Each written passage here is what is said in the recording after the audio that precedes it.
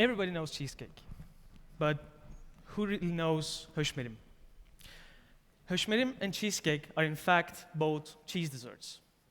But Höşmerim, with its bright yellow color and a production in a very specific region in the world, is not appealing comparing to the huge marketing of cheesecake.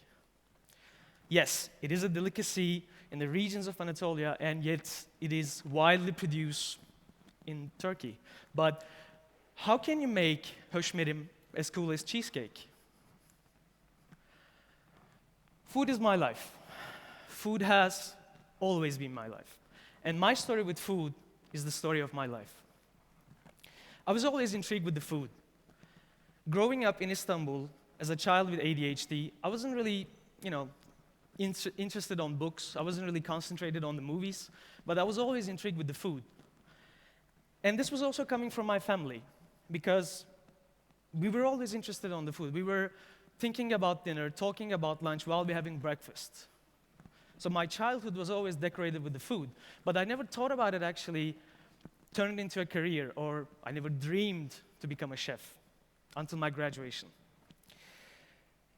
When I was studying in the university, I was studying tourism management, and I wasn't really a good student because due to the same reason, I wasn't really interested in it. But we had these classes called tourism, and in those we were talking about restaurants and foods and wines, and I was really intrigued by those. So in my second year in the university, I decided to move to Florida for a year for this college program to work for Disney. And this was the time for me actually, cooking for myself. And so all these years watching videos and TV shows, and my family, of course, was coming to that moment to cook for myself. But I wasn't really good at it at the beginning. But I was loving it. I was trying, and I was loving it. And I got gradually better and better. So when I came back to Istanbul to graduate from my university, I was starting to talk about and thinking about becoming a chef. And with the help of my family and my girlfriend, I decided to become a chef. So I applied to the culinary school, got accepted. But before I was starting the training, I made this list of restaurants in Istanbul that I would like to work in. And I started to calling them, saying, I have no training, no experience, no idea to work in the kitchen. So can I work for you? And some of them laughed. Some of them just said straight up no. But one accepted me. And the one that accepted me was, oddly enough, was a fine dining restaurant, and which was a really famous restaurant in Istanbul. So I started working in there while I was doing my training, and I continued this tradition in several different restaurants in Istanbul. So one day, with the friends from my culinary school and I went to this dinner in Anatolian Cuisine restaurant, and there we had this chef's table event, which was really random in Istanbul. We don't really have chef's table events in Anatolian Cuisine restaurants. In there, the owner of the restaurant was talking about Anatolian food, the cuisine, the traditions, the histories, and I was really intrigued by that. So I tried to convince him to work in his restaurant, and I did.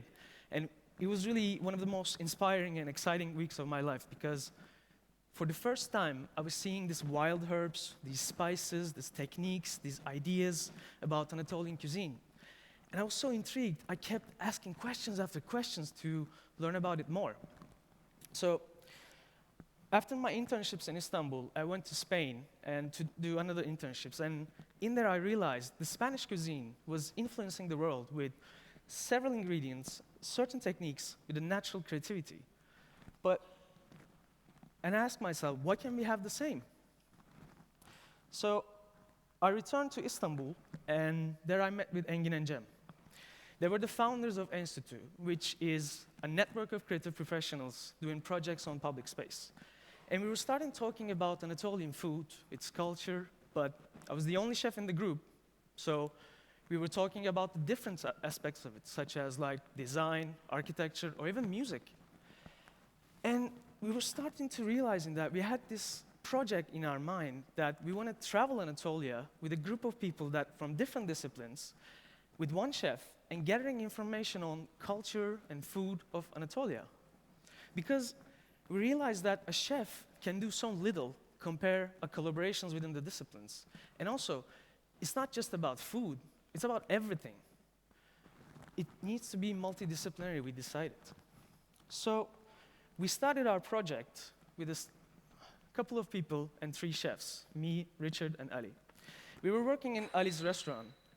It was a really busy restaurant with a full service, but we were testing and trying recipes and recording, giving out ideas. And we started our social media. We were sharing recipes through Instagram, sharing videos through Facebook, and we got some attention that made us really excited because it was a topic that everybody was interested in.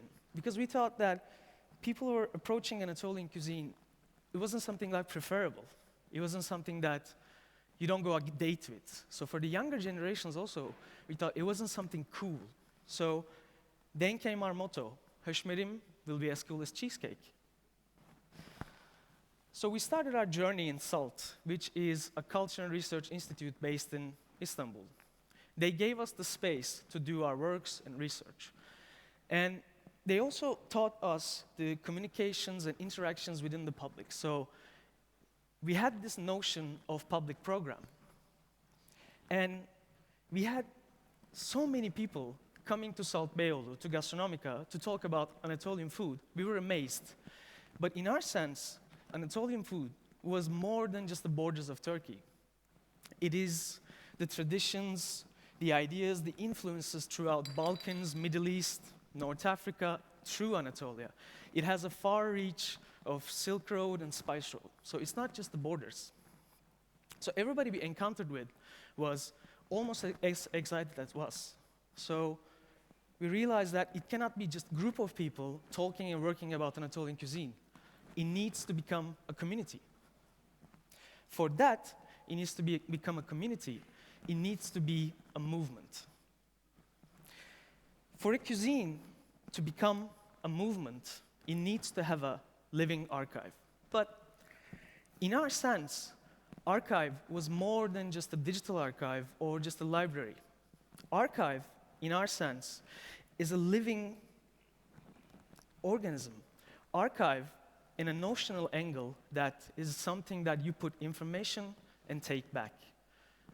Just like a community of people talking about Anatolian food. Anatolia is full with influences and traditions and all this history.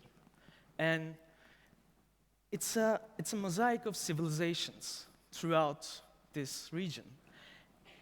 A mosaic traces can be found within its cuisine. And this cuisine has traditions that nested in this geography, a nest that has roots as deep as the history of humanity. So this is the why we need to re-identify it. So the aim is to have the information from the past, adapt to today's conditions, and taking forward to the future. So this notion of archiving will re-identify the Anatolian cuisine and will make Höşmerim as cool as cheesecake. Thank you.